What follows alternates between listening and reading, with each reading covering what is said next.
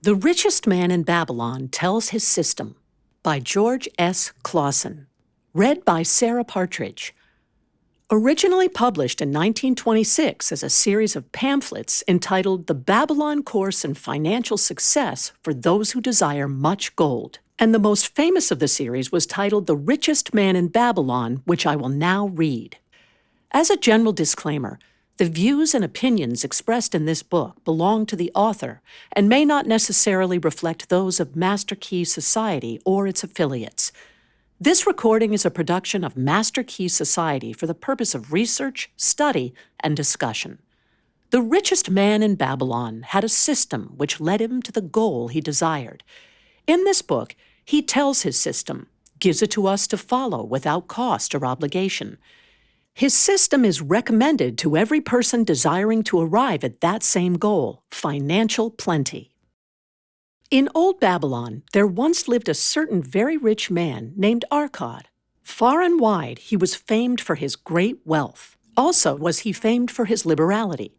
He was generous in his charities. He was generous with his family. He was liberal in his own expenses. But nevertheless, each year, his wealth increased more rapidly than he spent it. And there were certain friends of younger days who came to him and said, "You, Arcad, are more fortunate than we. You have become the richest man in all Babylon while we struggle for existence.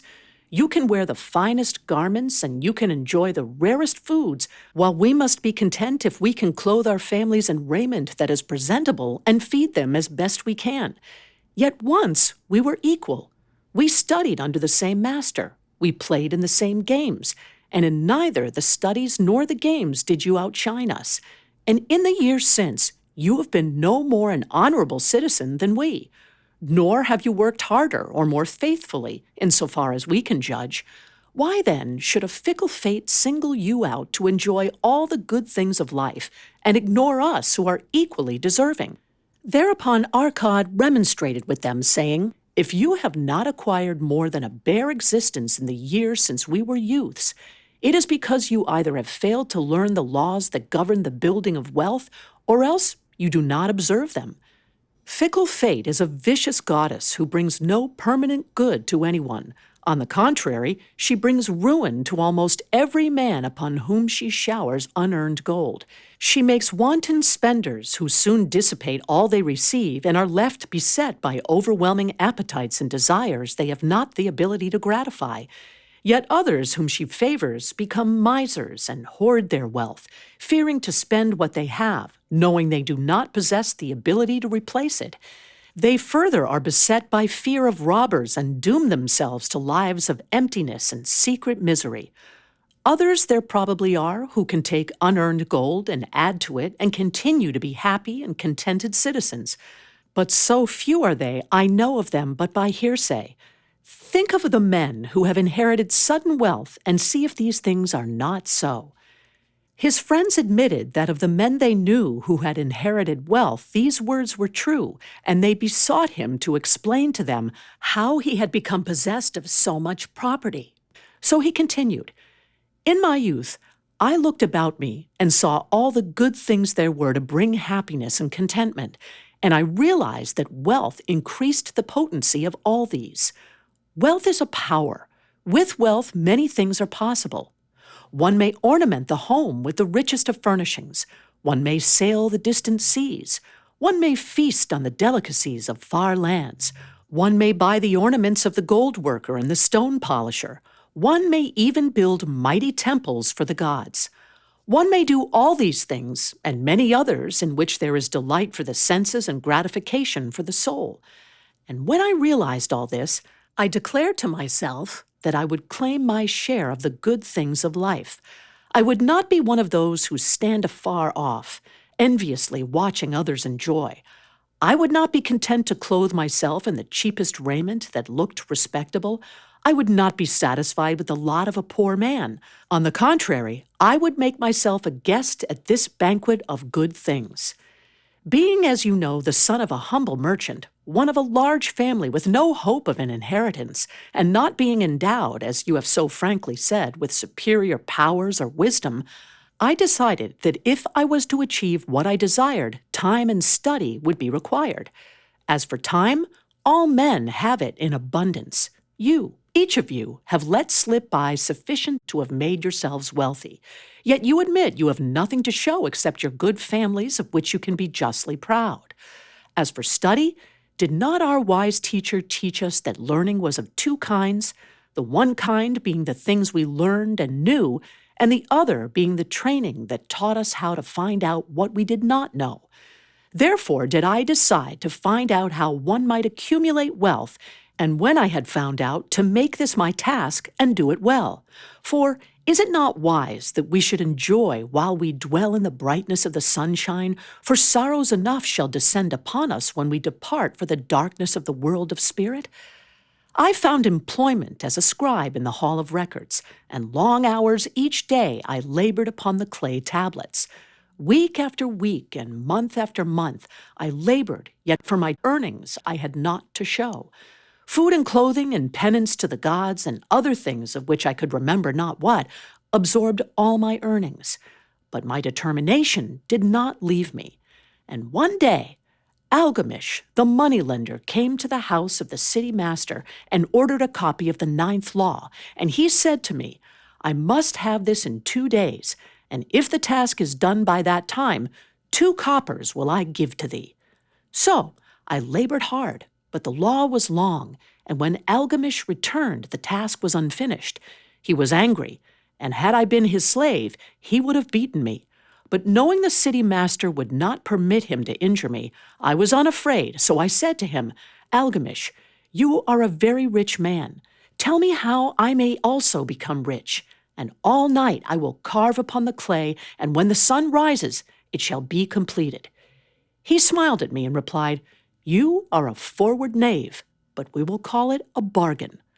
All that night I carved, though my back pained and the smell of the wick made my head ache until my eyes could hardly see. But when he returned at sunup, the tablets were complete. Now, I said, tell me what you promised. You have fulfilled your part of our bargain, my son, he said to me kindly, and I am ready to fulfill mine. I will tell you these things you wish to know because I am becoming an old man, and an old tongue loves to wag. And when youth comes to age for advice, he receives the vision of years. But too often does youth think that age knows only the wisdom of days that are gone, and therefore profits not. But remember this, the sun that shines today is the sun that shone when thy father was born, and will still be shining when thy last grandchild shall pass into the darkness. The thoughts of youth, he continued, are bright things that shine forth like the meteors that oft make brilliant the sky. But the wisdom of age is like the fixed stars that shine so unchanged that the sailor may depend upon them to steer his course. Mark you well my words, for if you do not, you will fail to grasp the truth that I will tell you, and you will think that your night's work has been in vain. Then he looked at me shrewdly from under his shaggy brows and said in a low, forceful tone, I found the road to wealth when I decided that a part of all I earned was mine to keep, and so will you. Then he continued to look at me with a glance that I could feel pierce me, but said no more. Is that all? I asked. That was sufficient to change the heart of a sheep herder into the heart of a moneylender, he replied. But all I earn is mine to keep, is it not? I demanded. Far from it, he replied. Do you not pay the garment maker? Do you not pay the sandal maker? Do you not pay for the things you eat? Can you live in Babylon without spending? What have you to show for your earnings of the past month? What for the past year? Fool! You pay to everyone but yourself. Dullard, you labor for others. As well be a slave and work for what your master gives you to eat and wear. If you did keep for yourself 1/10 of all you earn, how much would you have in 10 years?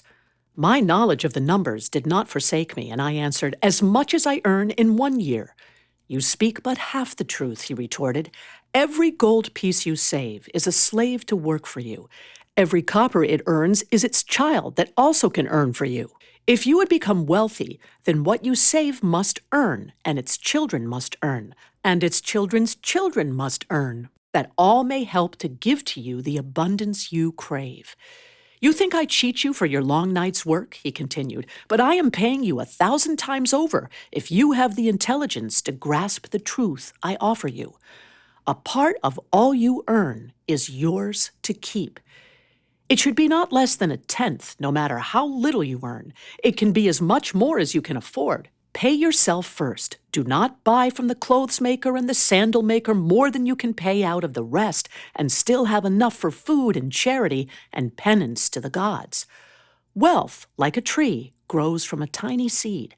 The first copper you save is the seed from which your tree of wealth shall grow. The sooner you plant that seed, the sooner shall the tree grow, and the more faithfully you nourish and water that tree with consistent savings, the sooner may you bask in contentment beneath its shade. So saying, he took his tablets and went away. I thought much about what he had said to me, and it seemed reasonable, so I decided that I would try it. Each time I was paid, I took one from each 10 pieces of copper and hid it away, and strange as it may seem, I was no shorter of funds than before. I noticed little difference as I managed to get along without it, but often I was tempted, as my hoard began to grow, to spend it for some of the good things the merchants displayed, brought by camels and ships from the land of the Phoenicians, but I wisely refrained. A 12th month after Algamish had gone, he again returned and said to me, "Son, have you paid to yourself not less than 1/10 of all you have earned for the past year?" I answered proudly, "Yes, master, I have." "That is good," he answered, beaming upon me. "And what have you done with it?" "I have given it to Asmir, the brickmaker, who told me he was traveling over the 7 seas, and in Tyre he would buy for me the rare jewels of the Phoenicians. When he returns, we shall sell these at high prices and divide the earnings." "Every fool must learn," he growled. "But why trust the knowledge of a brickmaker about jewels? Would you go to the bread maker to inquire about the stars? No. By my tunic, you would go to the astrologer if you had power to think. Your savings are gone, youth. You have jerked your wealth tree up by the roots. But plant another. Try again. And next time, if you would have advice about jewels, go to the jewel merchant. If you would know the truth about sheep, go to the herdsman. Advice is one thing that is freely given away, but watch that you take only what is worth having. He who takes advice about his savings from one who is inexperienced in such matters shall pay with his savings for proving the falsity of their opinions." Saying this, he went away. And it was as he said. For the Phoenicians are scoundrels and sold to Asmir worthless bits of glass that looked like gems. But as Algamish had bid me, I again saved each 10th copper, for I now had formed the habit, and it was no longer difficult. A 12-month later, Algamish came to the room of the scribes and addressed me. "What progress have you made since last I saw you?" "I have paid myself faithfully," I replied, "and my savings I have entrusted to Agur, the shield maker, to buy bronze, and each 4th month he does pay me the rental." "That is good. And what do you do with the rental?" "I do have a great feast with honey and fine wine and spiced cake. Also I have bought me a scarlet tunic, and some day I shall buy me a young ass upon which to ride." To which Algamish laughed. "You do eat the children of your savings. Then how do you expect them to work for you? And how can they have children that will also work for you? First, get thee an army of golden slaves, and then many a rich banquet may you enjoy without regret." So saying, he again went away. Nor did I again see him for 2 years, when he once more returned, and his face was full of deep lines, and his eyes drooped, for he was becoming a very old man, and he said to me, "Arcad, hast thou yet achieved the wealth thou dreamed of?" And I answered, "Not yet all that I desire, but some I have, and it earns more, and its earnings earn more." "And do you still take the advice of brickmakers?" "About brickmaking they give good advice," I retorted. "Arcad," he continued, "you have learned your lessons well. You first learned to live upon less than you could earn. Next, you learned to seek advice from those who were competent through their own experiences to give it. And lastly, you have learned to make gold work for you. You have taught yourself how to acquire money, how to keep it, and how to use it.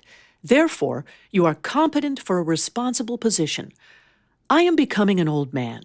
My sons think only of spending and give no thought to earning. My interests are great, and I fear too much for me to look after. If you will go to Nippur and look after my lands there, I shall make you my partner, and you shall share in my estate. So I went to Nippur and took charge of his holdings, which were large. And because I was full of ambition and because I had mastered the 3 laws of successfully handling wealth, I was enabled to increase greatly the value of his properties. So I prospered much, and when the spirit of Algamish departed for the sphere of darkness, I did share in his estate as he had arranged under the law. So spake Arkad, and when he had finished his tale, one of his friends said, "You were indeed fortunate that Algamish made of you an heir. Fortunate only in that I had the desire to prosper before I first met him. For 4 years did I not prove my definiteness of purpose by keeping 1/10 of all earned? Would you call a fisherman lucky who for years so studied the habits of the fish that with each changing wind he could cast his nets about them? Opportunity is a haughty goddess who wastes no time with those who are unprepared. You had strong willpower to keep on after you lost your first year's savings. You are unusual in that way," spoke up another. "Willpower," retorted Arkad. "What nonsense! Do you think willpower gives a man the strength to lift a burden the camel cannot carry, or to draw a load the oxen cannot budge? Willpower is but the unflinching purpose to carry a task you set for yourself to fulfillment. If I set for myself a task, be it ever so trifling, I shall see it through. How else shall I have confidence in myself to do important things? Should I say to myself, for 100 days as I walk across the bridge into the city, I will pick from the road a pebble and cast it into the stream, I would do it.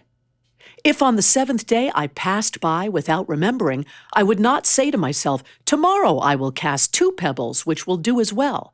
Instead, I would retrace my steps and cast the pebble. Nor on the 20th day would I say to myself, Arkad, this is useless.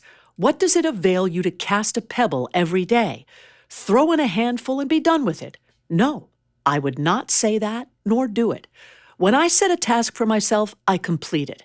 Therefore, I am careful not to start difficult and impractical tasks because I love leisure." And then another friend spoke up and said, "If what you tell is true, and it does seem as you have said reasonable, then being so simple, if all men did it, there would not be enough wealth to go around." "Wealth grows wherever men exert energy," Arkad replied. "If a rich man builds him a new palace, is the gold he pays out gone? No. The brickmaker has part of it, and the laborer has part of it, and the artist has part of it, and everyone who labors upon the house has part of it. Yet when the palace is completed, is it not worth all it cost? And is the ground upon which it stands not worth more because it is there? And is the ground that adjoins it not worth more because it is there? Wealth grows in magic ways. No man can prophesy the limit of it. Have not the Phoenicians built great cities on barren coasts with the wealth that comes from their ships of commerce on the seas? What then do you advise us to do, that we also may become rich?" asked still another of his friends. "The years have passed, and we are no longer young men, and we have nothing put by. I advise that you take the wisdom of Algamish and say to yourselves, a part of all I earn is mine to keep. Say it in the morning when you first arise. Say it at noon. Say it at night. Say it each hour of every day. Say it to yourself until the words stand out like letters of fire across the sky. Impress yourself with the idea. Fill yourself with the thought. Then take whatever portion seems wise. Let it be not less than 1/10 and lay it by. Arrange your other expenditures to do this if necessary, but lay by that portion first. Soon you will realize what a rich feeling it is to have something upon which you alone have claim. As it grows, it will stimulate you. A new joy of life will thrill you. Greater efforts will come to you to earn more. For of your increased earnings, will not the same percentage be also yours to keep? Then learn to make your treasure work for you. Make it your slave. Make its children and its children's children work for you. Ensure an income for thy future. Look thou at the aged, and forget not that in the days to come thou also will be numbered among them. Therefore invest thy treasure with greatest caution that it be not lost. Usurious rates of return are deceitful sirens that sing but to lure the unwary upon the rocks of loss and remorse. Provide also that thy family may not want should the gods call thee to their realms. For such protection, it is always possible to make provision with small payments at regular intervals. Therefore, the provident man delays not in expectation of a large sum becoming available for such a wise purpose. Counsel with wise men. Seek the advice of men whose daily work is handling money. Let them save you from such an error as I myself made in entrusting my money to the judgment of Asmir the brickmaker. A small return and a safe one is far more desirable than risk. Enjoy life while you are here. Do not overstrain or try to save too much. If 1/10 of all you earn is as much as you can comfortably keep, be content to keep this portion. Live otherwise according to your income, and let not yourself be afraid to spend. Life is good, and life is rich with things worthwhile and things to enjoy. His friends thanked him and went away. Some were silent because they had no imagination and could not understand. Some were sarcastic because they thought that one so rich should divide with old friends not so fortunate. But some had in their eyes a new light. They realized that Algamish had come back each time to the room of the scribes because he was watching a man work his way out of darkness into light. When that man had found the light, a place awaited him. No one could fill that place until he had for himself worked out his own understanding, until he was ready for opportunity. These latter were the ones who in the following years frequently revisited Arcad, who received them gladly. He counseled with them and gave them freely of his wisdom, as men of broad experience are always glad to do. And he assisted them in so investing their savings that it would bring in a good interest with safety and would neither be lost nor entangled in investments that paid no dividends.